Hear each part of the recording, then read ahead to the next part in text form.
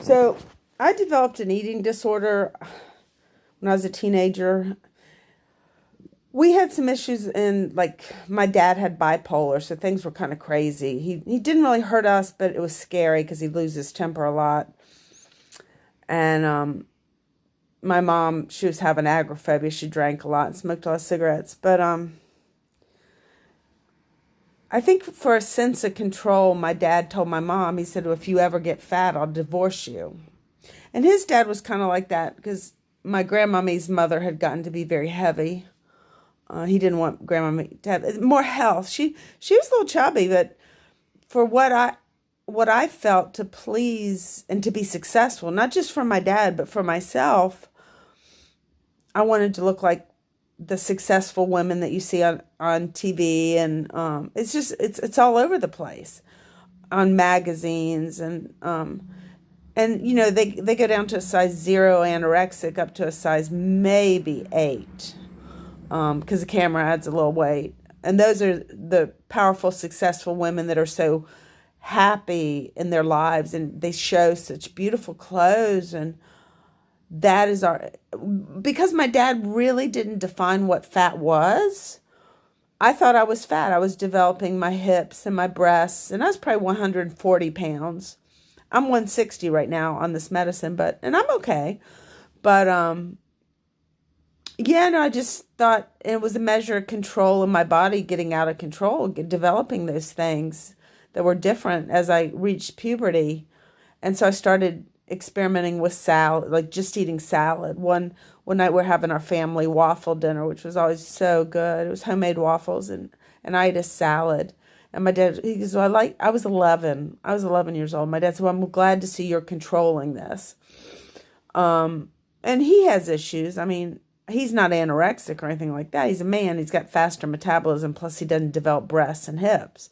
That's not even an issue. So, things just lined up that I became really focused on my body, that to be happy, I had to have the right. And it sounds so imbecile, but it's really not. A lot of people feel they feel better when their body is like the Greek gods. We want the form of the body that doesn't even exist. I mean, Michelangelo's David, come on, Trump.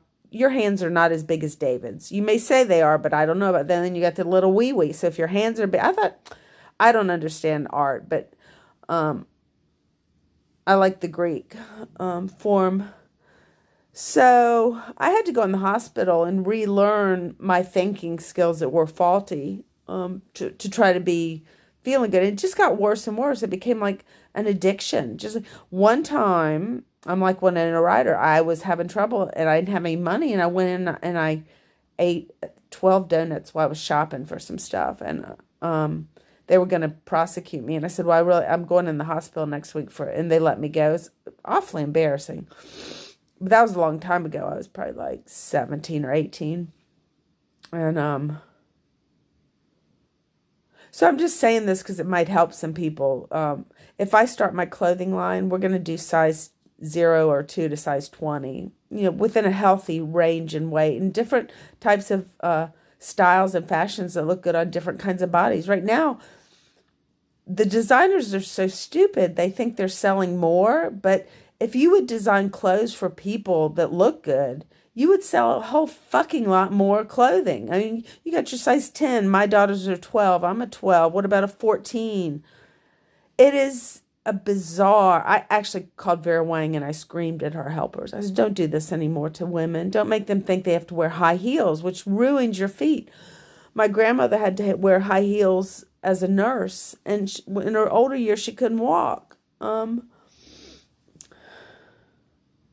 I think we have to define a new form of sexuality besides pump high heels. It's not the no fuck me pump anymore. So we're not going to, if you're damaging your heels and your feet, it doesn't look good to me. I want healthy. And that's the thing about health and wealth. If you're healthy, I think you can also get by without so much wealth. You don't depend on money as a drug. Love is a drug, as Brian Ferry would say.